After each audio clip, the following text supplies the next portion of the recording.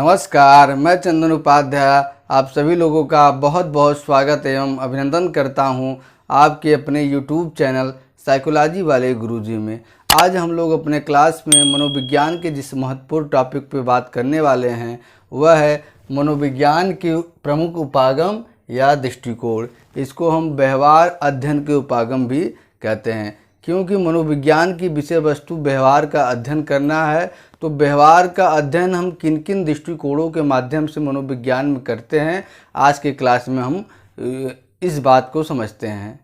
चलिए तो क्लास को हम शुरू करते हैं। सबसे पहले देखिए, मनोविज्ञान के जो प्रमुख उपागम है उसमें सबसे पहला उपागम है स्नायु जैविकी उपागम। ठीक है, जिसको न्यूरोबायोलॉजिकल अप्रोच कहते हैं। जैविकी मतलब क्या है, आपके जो जन्म से मिलता है। स्नायु मतलब क्या है, जो आपके शरीर में नर्व सेल्स फैले होते हैं, इसको स्नायु कहा जाता है। ये उपागम क्या कहता है, ये उपागम ये कहता है कि व्यवहार जो व्यक्ति करता है उसके नियंत्रण का केंद्र क्या है, मस्तिष्क है और तंत्रिका तंत्र है। ठीक है, ये देखिए, व्यवहार के नियंत्रण केंद्र मस्तिष्क तथा तंत्रिका तंत्र की संरचना को यह उपागम मानता है।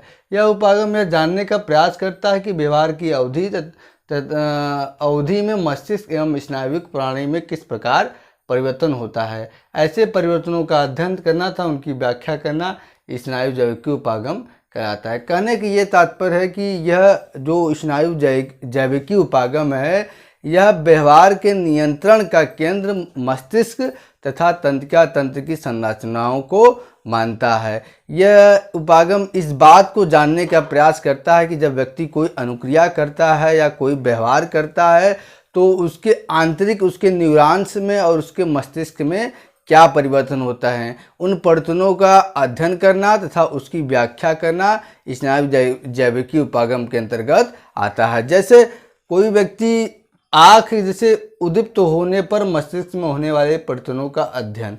ठीक है, जैसे आप किसी उद्दीपक से प्रभावित होते हैं, जैसे यही आपके लिए उद्दीपक है, इससे आप जो है आँख के माध्यम से प्रभावित होते हैं, तो आपके मस्तिष्क में कैसे परिवर्तन होता है और न्यूरॉन्स में कैसे परिवर्तन होता है, इन बात का अध्ययन क्या है स्नायु जैविकी उपागम में किया जाता है। और भय एवं क्रोध, जब आप भय की अवस्था में होते हैं, क्रोध की अवस्था में होते हैं, तो आपके स्नायुओं में क्या परिवर्तन होता है, आपके मस्तिष्क में क्या परिवर्तन होता है, आपके तंत्रिका तंत्र में क्या परिवर्तन होता है, इस बात का अध्ययन किस उपागम में किया जाता है, स्नायु जैविकी उपागम किया जाता है। मनोविज्ञान के उपागम में दूसरा प्रमुख या महत्वपूर्ण उपागम है व्यवहार परक उपागम। व्यवहार परक उपागम के प्रतिपादक जेबी वाटसन महोदय हैं। ये जो है व्यवहारवाद की भी स्थापना इन्होंने की। इन्होंने बताया कि व्यवहार को मनोविज्ञान की विषय वस्तु, ये जो व्यवहारवादी उपागम है ये क्या है, मनोविज्ञान की विषय वस्तु व्यवहार को मानता है और उसकी विधि क्या है, बाह्य निरीक्षण को मानता है। और ये व्यवहारवाद के जनक जेबी वाटसन महोदय ने व्यवहारवादी उपागम की स्थापना की। इन्होंने बताया कि वातावरण संबंधी घटना, उद्दीपक तथा व्यवहार प्रतिक्रिया का अध्ययन मनोविज्ञान में किया जाता है।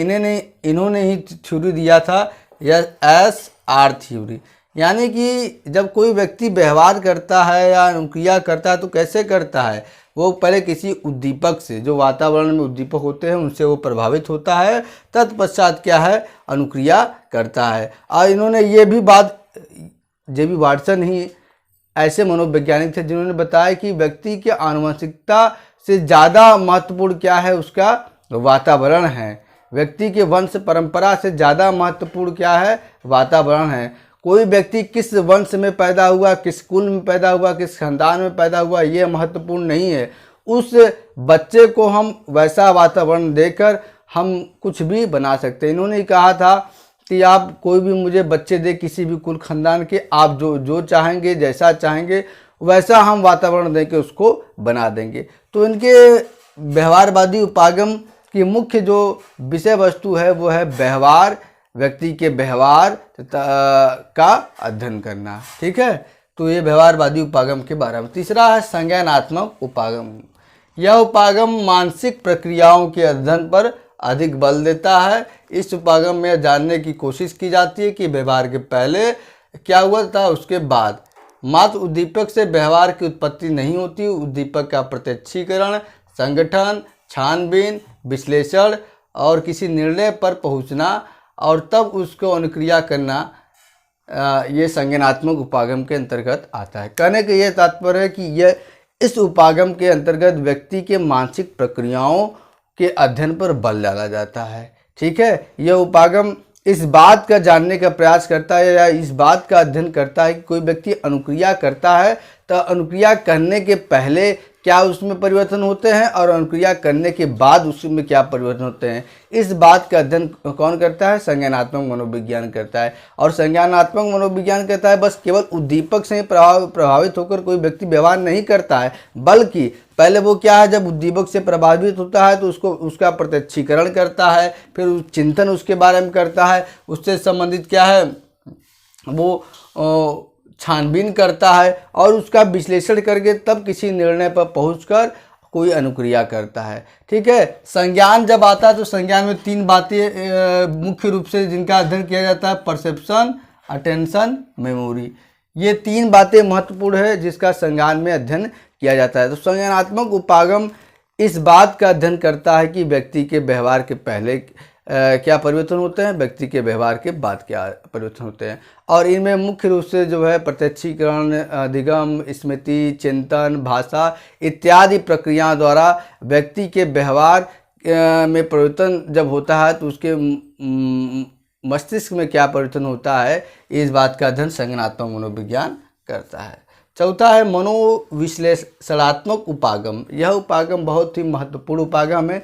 इस उपागम के जो है प्रतिपादक या उपागम के जन्मदाता प्रसिद्ध मनोवैज्ञानिक सिगमंड फ्रॉइड महोदय हैं। इनका सिद्धांत मनोविश्लेषणात्मक सिद्धांत बहुत ही फेमस या बहुत ही प्रसिद्ध सिद्धांत है, जिसमें उन्होंने मन के 3 प्रकार, चेतन, अर्धचेतन, अचेतन और उसके बाद इड, ईगो, सुपर ईगो, फिर मनोलैंगिक विकास की अवस्थाओं के बारे में बताया है। यहाँ मनोविश्लेषणात्मक उपागम की यह मानता है कि मनुष्य का व्यवहार जन्मजात मूल प्रवृत्तियों द्वारा निर्धारित होता है और मूल प्रवृत्तियाँ प्राय अचेतन स्वरूप की होती हैं और दमित इच्छाएं अचेतन में चली जाती हैं और वह व्यवहार को प्रभावित करती रहती है। इनके कहने का ये तात्पर्य है, इनके उपागम का कहने का यह तात्पर्य है कि व्यक्ति का जो व्यवहार करता है वो जन्म से ही मूल प्रवृत्तियाँ लेकर आता है, उन्हीं के आधार पर उसका व्यवहार निर्धारित होता है। और फिर ये बताते हैं कि व्यक्ति के व्यवहार ऐसी इच्छाएं जो दमित कर दी जाती है या दंडित कर दी जाती हैं वो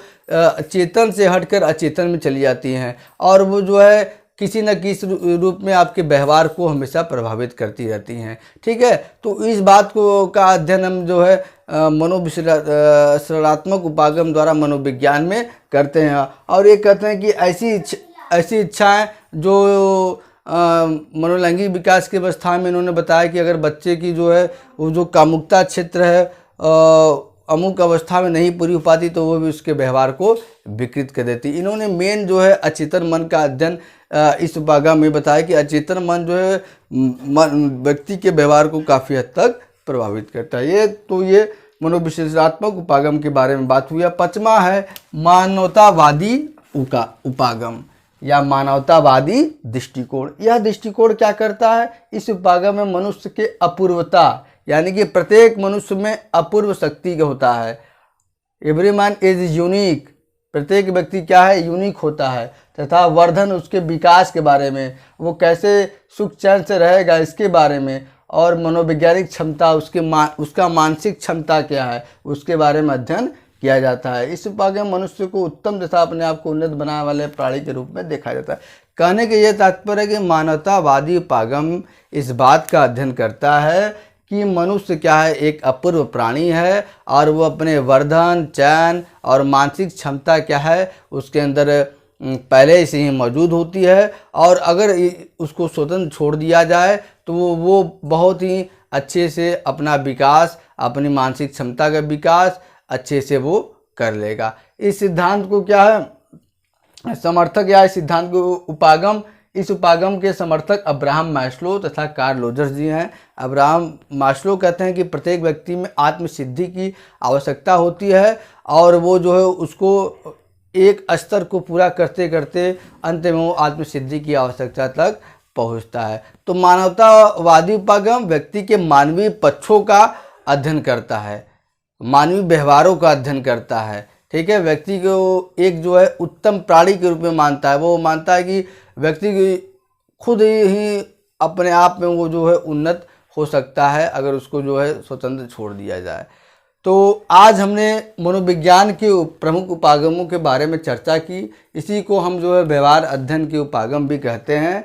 तो आशा करते हैं कि आपको क्लास पसंद आया होगा, और अगर आपको क्लास पसंद आए, अगर आपके लिए वीडियो यूज़फुल है तो आप चैनल को सब्सक्राइब करें और वीडियो को लाइक करें और ज़्यादा से ज़्यादा शेयर करें। आज की क्लास में इतना ही। अगले क्लास में किसी और टॉपिक पे बात करेंगे। तब तक के लिए आपका बहुत बहुत धन्यवाद।